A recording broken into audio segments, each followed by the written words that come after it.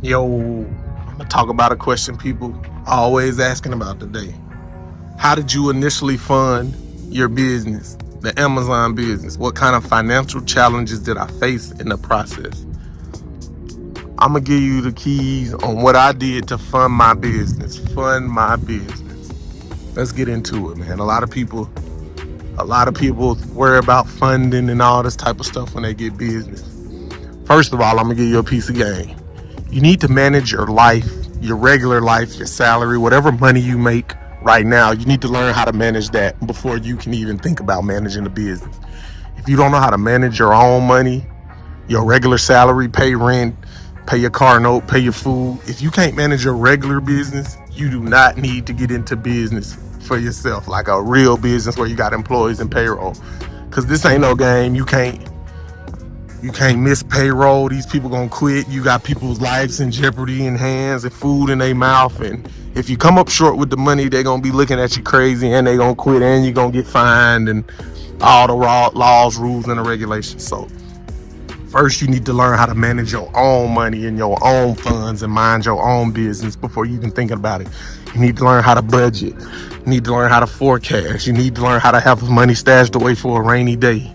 Just need to be a good steward of your money first before you even think about getting business. I suggest you study financial people. Dave Ramsey is a good person to start with the basics. I don't agree with everything, but to get a good base of how to manage money, Dave Ramsey. Y'all need to listen to Dave Ramsey. That's who I used in 2017 to really take my money and understanding the finances to the next level. It's people who still go broke every day. I witness it. They text me. You know what I mean? It's real. Like, I'm not saying no names, but I'm telling you, grown people don't know how to manage money still to this day. I see it every day. And they always making excuses.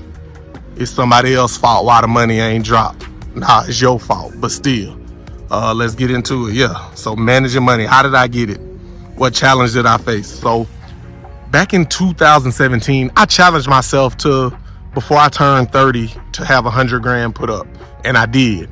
I got to it. I got creative. I had side hustles, providing services, making sales, just really out there hustling and doing things, to get the money up. And I saved money. I always had a goal to save X amount of money. I looked at my salary, whether it was $500 to $1,000 a month. You should be able to save $1,000 a month. You'll be able to invest, if you got a job, your 401k, put that 3 to 5 to 6% in. Put that 3, 5, 6% in your 401k. Whatever your company match, put it in there. Just let it build up. If you ain't got no long-term plans for right now, just let that money build up. You'll be fine in the long run. It's okay not to spend every dollar, but you need a budget, like a simple spreadsheet or something to track how you doing your money. But yeah, fast back to my story. 2017, I made a goal. I don't know how, I remember I was 27. I made a goal to have 100K before I turned 30. It was hard, but I made it happen just by hustling and staying down and discipline and just really grinding it because I wanted that 100K mark. But I should have set my goal bigger. That was my problem. I should have set the goal to 10 million or 1 million, not just 100,000. So that's what I look back on myself and say, dang. But yeah, I had that, and I had just moved to Atlanta, took a new corporate position with Atlanta. I was down in Atlanta running around like crazy, trying to get promoted to the next level when that wasn't in calling for me. I was working with DSPs. People kept asking me, Sidney, why aren't you doing the DSP, man? I'm like, man, I do it when I feel like it. So eventually, one thing led to another. I felt like it. I got into the program. I did my interviews, passed all my interviews. Then it was like, boom, the locations. Where can you go? Where do you want to go work and start up? So mind you, I had my 100K saved up. So I'm just getting everything done, getting my LLC. Once I got the program, I'm getting my LLC, boom, they give me my options where to go. See, I worked for Amazon, so I was able to talk to the people in charge and see which areas that they needed help in. See, let's go back to problem solving and being solution oriented. Yeah, like I didn't want to move to Buffalo, New York. I wanted to stay in Atlanta or Florida or Texas or somewhere right there with the business, but the biggest need for help was in Buffalo, New York. So with my thinking, the biggest problems you always get paid more. And they were offering grants and opportunities to help me move and start up. Mind you, I still had my 100K. So boom, starting a new business. They had me a few locations. I picked Buffalo ultimately because the cost of living was the cheapest. You got to think like that. The cost of living was cheap. So when you start a new business, you want to keep your costs low as possible. So I moved to Buffalo, and they had gave me some assistance and some grants. Mind you, I already had 100K of my own money stashed up. So yeah, that's how I initially funded my business. I got grants and I already had 100K because I always had the itch to do my own business thing. I just didn't know what, but this opportunity presented itself. So yeah, save 100K or save some money. Save you some money, learn how to manage your own money before you even think about saving a business. But some ways I would tell people, it's things you can do to get creative. You can get loans from family. Get a loan from a family member. People you trust, write down a business plan. Go to the bank, see if you can't get no funding. There's plenty of YouTube videos on how to get funding, credit cards, family funding, what else? Investors.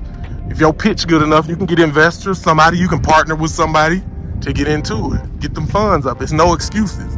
People think because they don't have the money, if you had a right idea and speak it to somebody, you can instantly become a millionaire. So don't let the money be the reason, but you definitely save you some money. Learn how to manage your money and save you some money, because if you don't know how to manage money, you definitely gonna be bad at running a business. So that's how I got my initial investment up for Amazon. I saved it pretty much the hard way, hustling and being creative and make sure you recognizing opportunities. That's how I got it up. And also Amazon helped me, gave me a few grants and programs and things and whatnot. And I ain't looked back since. So yeah, that's how I initially got the fund and set up the Amazon. But there's plenty of methods out there, man. Contact me more for more mentorship opportunities. I can tell you a little more in person where to look at if you need help getting funded for a business of any type, things like that. There's money all around here. Don't listen to the news always talking about recessions and all this and all that. That's not true. It's simply not true.